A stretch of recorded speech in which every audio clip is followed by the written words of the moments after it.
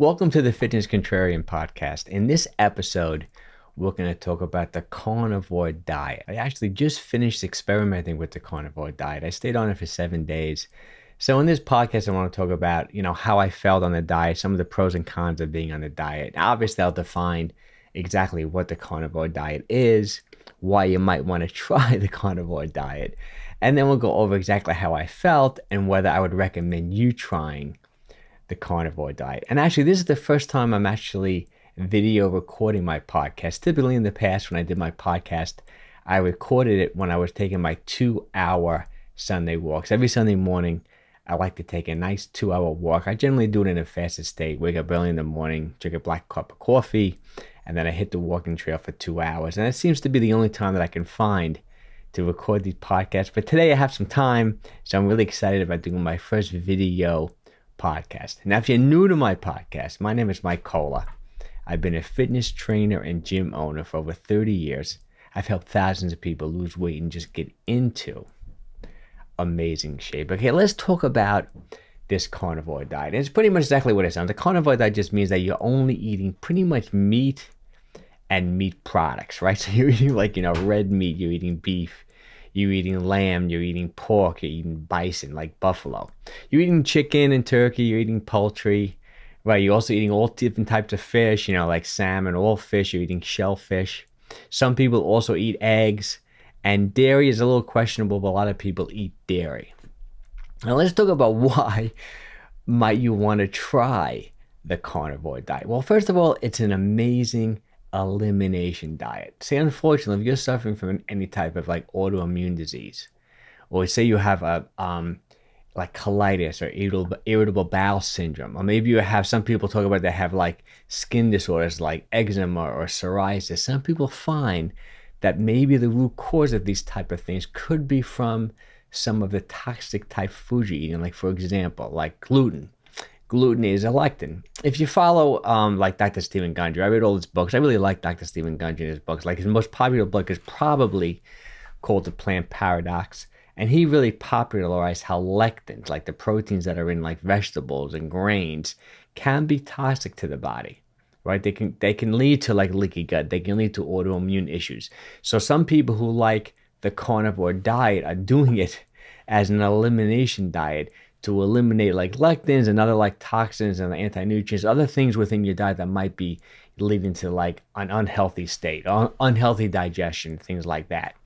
So if you're thinking about maybe trying the carnivore diet, that would be one main reason. I personally did it for a week for multiple reasons. I did it for a week because, number one, people are asking me about it all the time. If you follow me on YouTube, if you follow me on Instagram, and you know that I'm a big believer in intermittent fasting, a low-carb, whole food natural diets. I kind of specialize in weight loss and fitness and health, and people are always asking about the carnivore diet. So for me to make a good educated opinion upon it, I had to try it for at least a week. Plus, after listening to Joe Rogan talk about the carnivore diet, about a year ago, Joe Rogan went on it for 30 days, and I have to say he had some really positive results. It really dropped some body fat.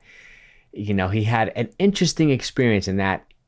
Listening to him talk about it, my take on the carnivore diet, one of my concerns about the carnivore diet was that you're not eating any fiber and you're going to get constipated. And Joe Rogan had the opposite experience. He said a couple of weeks into it, first of all, he had normal bowel movements. I've heard other people say the same thing. And then about 2 weeks into it, he had more of a diarrhea state where he couldn't control his bowel movements. Lasted a couple of days, that went away, but typically had a normal bowel movement. Same thing when I heard Ben Greenfield. I'm a big follower of Ben Greenfield Fitness. Love his podcast as well. He's a real smart guy.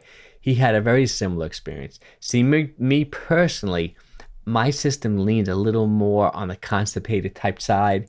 And I always felt that if I didn't eat enough fiber, I'm going to get constipated. So that's why one of the reasons why I was concerned about doing the carnivore diet, because I didn't want to get constipated for a week. But I did a little bit of a modification to the carnivore diet. I did something called Carnivore Tier 1. Now let me explain to you what I mean by that. There's a few famous doctors out there that really made the carnivore diet popular. One, his name is Paul Saladino. Some people call him the Carnivore Doctor. He wrote a book, maybe it's a year and a half ago now. Could even be 2 years. I read the book a while ago. I thought it was a great book. It made such an amazing argument about how you don't need vegetables in your diet, like you don't need fiber in your diet. If you listen to Paul Saladino, and he's a lot more educated than me, I'm sure he will convince you that you don't need fiber. Since I've been schooled my whole life believing that you do need fiber, it feeds the good bacteria in your stomach, those are small chain fatty acids. I feel like I need at least 25, 30, 35 grams of fiber in my diet. It's hard for me to accept the fact that you don't need fiber. That's why this carnivore diet is such a good topic for the Contrarian podcast, because obviously on this Contrarian podcast I try to pick topics that are somewhat contrarian to what the general consensus is on fitness, health, and nutrition. So this is a perfect topic. And also another famous doctor is Shawn Baker, another guy who looks incredible. He's like shredded. He's almost my age. I'm 59. I'll be 59 in a couple of weeks. I think he's in his 50s. He holds world records in powerlifting and other sports. Paul Saladino too looks incredible. He's a shredded guy too, in amazing shape, big surfer. If I debated these guys on whether you should take fiber, I'm sure they would out-debate me about it, saying that you don't need fiber. But another big thing about the carnivore diet, some people say you don't get certain vitamins, like you don't get vitamin C from meats. But if you eat organ meats, like a lot of people say that if you do go on the carnivore diet where you're only eating meat and maybe some eggs and maybe a little bit of dairy, you do want to eat organ meats. For example, like liver is high in vitamin C. So it's important to really, if you're going to do the carnivore diet, to maybe eat some organ meats as well. But let me break it down a little bit more. I did a tier 1 carnivore diet. So if you go to Paul Saladino's either website or you can look at his book, he says there are different degrees in which you can do this carnivore diet. So I decided to go with tier 1. Tier 1 says that you can have all those animal products like, the chicken, the fish, the red meat, the lamb, the pork, the bison. But you can also add a couple of like low sugar fruits and vegetables. He said, you can have avocados tier 1, you can have olives tier 1, you can have squash without the skin, without the seeds. He kind of picked vegetables and low sugar fruits that he felt were the least toxic and the least damaging. If you have like autoimmune or you have like digestive type issues that your body can possibly tolerate. And I decided to go that route because I'm still concerned that my system is so used to eating 30, 35 grams of fiber every single day that I didn't want to just go zero fiber. So I decided that I'm just going to have these animal foods. I'm going to add like 1 avocado every single day. Now, if you look at my Insta, if you want to follow me on Instagram, just look up Mike Call the Fitness. I pretty much posted all the meals that I ate when I was on this carnivore diet. So for example, I would have maybe like 6 ounces of smoked salmon, in addition maybe a can of sardines, and then I would have a whole avocado. So like a high protein, very low carb, good omega-3, good omega-3 fats. Plus with the avocado, I still got like 15, 16, 17 grams of fiber. I'm also a big believer, it's hard for me to let go of these beliefs, in getting enough potassium in your diet, getting enough magnesium in your diet. An avocado has like 900 milligrams of potassium. So I still want to eat an avocado every single day. And then for dinner, I did a very similar thing. I just like maybe had a pound, like literally like 16 ounces of salmon or 16-ounce steak. I had maybe another half an avocado, maybe a whole bunch of like green olives. And I ate like that for 7 days. And I had a pretty good experience with it. But you have to know where I'm coming from, meaning that I typically always eat a relatively low-carb, whole food, natural diet. And I'm a big believer in intermittent fasting. And I did fast for those 7 days as well, meaning that I fasted for 16 to 18 hours every single day while I was doing this carnivore diet for 7 days. So I didn't really break that too much. If you also follow me, a couple of weeks ago, I was on vacation. I took a diet break. I upped my calories. I'm a big believer in like doing these fasting strategies, but then taking a break from them, upping your calorie, just taking a break and eating all your favorite foods maybe for a week or two, and then going right back into your normal fasting strategy. So I had a pretty good experience with this intermittent fasting thing. I didn't get what people would call the keto flu because I already was used to eating relatively low carb. I went even lower though. Just think the avocado and the olives and whatever, and maybe a little bit of squash were my only source of carbohydrates. So I probably was down to like maybe 10, maybe 20 grams of carbs, maybe even less of net carbs. Net carbs are total carbs minus fiber. Like an avocado may have 20 grams of carbs, but it also has 15 grams of fiber. So the net carbs of an avocado is very low. So I was eating a very, very low carb diet. I felt like I was in ketosis, but since I'm eating so much protein on a diet like this, I was well over 200 grams of protein every single day. maybe 250. There is a little bit of gluconeogenesis, where gluconeogenesis means that when your liver produces glucose from non-carbohydrate sources. So I'm sure some of the proteins were converted into glucose, I'm sure. But I felt like I was in ketosis for sure. I just can feel it. But I had really good energy in the gym, I gotta say. I worked out all week, felt pretty good. I have to say, I did though towards the end of the 7 days, did feel like I was getting a little bit constipated, just a little bit, but it's hard to say. Maybe it was psychological. I just felt like I was a little bit. But I lost a couple pounds, and I have to say, it didn't feel like it was just water weight. I did feel like I looked a little more like I felt like it really was body fat after doing it for 7 days. So I have to say, I really would recommend a diet.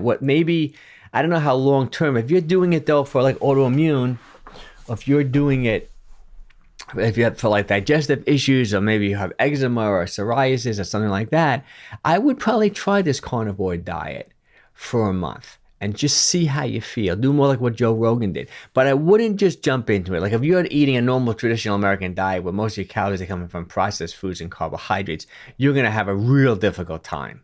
Like only eating meat and maybe eggs. And I know a lot of people don't like to eat like organ meats. I mean, you can take a supplement. Actually, Paul Saladino has a supplement company where he's selling these organ meats in supplement form, like a desiccated liver, things like that, which I probably would recommend maybe too when you're on the diet. But I don't want you taking like multivitamins and things like that, because I feel like it may throw off the whole like elimination diet. They really want you to just eat animal products, right? Even dairy is somewhat debatable, because a lot of people have, a bad reaction to dairy. Even eggs, a lot of people have a bad reaction to eggs. So some people say when they do the carnivore diet, they only get the yolks of the egg, because some people have issues with the whites. But I think this is what I would do. If you want to try the carnivore diet, and you're not eating like a relatively like low carb whole natural food that I am, because I'm pretty much fat adapted, I would first say take a week or two and switch to more like the diet that I like. Switch to more like a low carb, whole food, natural diet. Try to eliminate the junk food, the processed foods. Do that for a couple of weeks and get kind of used to a relatively low carb diet. And what I mean by low carb, let's say you're 150 pounds or less. We're talking maybe 50 net grams of carbohydrates, something like that. If you're over 150 pounds, say you're a big guy, gal, you're over 200 pounds, 150 grams of net carbs. But try to eliminate the processed foods. Try to clean up the diet for a couple of weeks. Then I would go into what I did. I would go tier 1, where you're eating mostly meats, chicken, fish, meat, maybe some eggs, some egg yolks, maybe a little bit of dairy, maybe fermented dairy like a Greek yogurt, or maybe not. If you're doing this for autoimmune, you're doing this for irritable bowel, you're doing this to get rid of skin things like eczema, psoriasis. Maybe you don't want to do the eggs or dairy. Maybe you just want to do the meat and maybe an avocado, or the meat and a little bit of squash, no skin, no seeds. That's where the lectins are, in the skin, the seeds.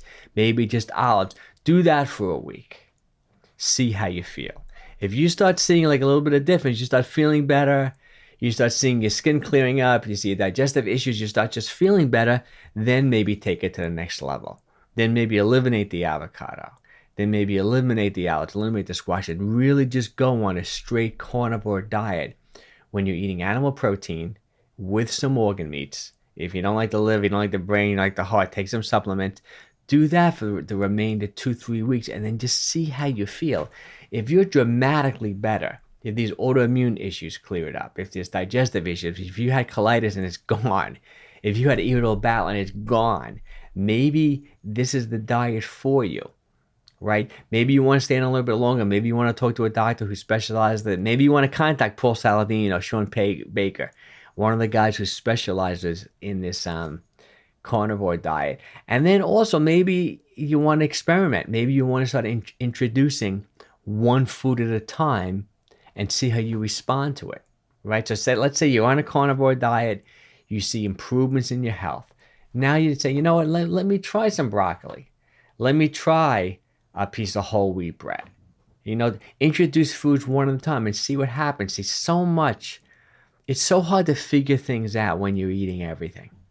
But I think the carnivore diet is an amazing elimination diet. So give it a try. My experience was very positive with it. I'm sure I'm going to do it again. Maybe next time when I do it, I may go straight just animal protein and just water and do like a really 100% carnivore diet. But I was a little bit out of the sort for the past month. I was on vacation for a full week, took a diet break, came back, went into my normal low carb whole natural food diet. And the second week I tried this carnivore diet for a week. But I did like it, and I would say it was a positive experience for it. Okay, so I hope you like this podcast. If you like this podcast, share it with your friends. I'm debating now what to do with these. If I start doing the audio version of this podcast, do I put it on my normal YouTube channel, Mike Cola?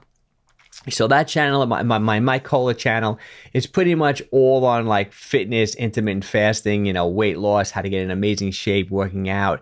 I may start a separate channel just for the podcast. But also, if you want to listen to the podcast, obviously it's on every possible platform. It's on Apple, it's on Spotify, it's on Anchor. Okay, well, take care, everyone. If you have any questions, leave a comment, and I'll get back to you as soon as possible. Take care, everyone. Have a wonderful day.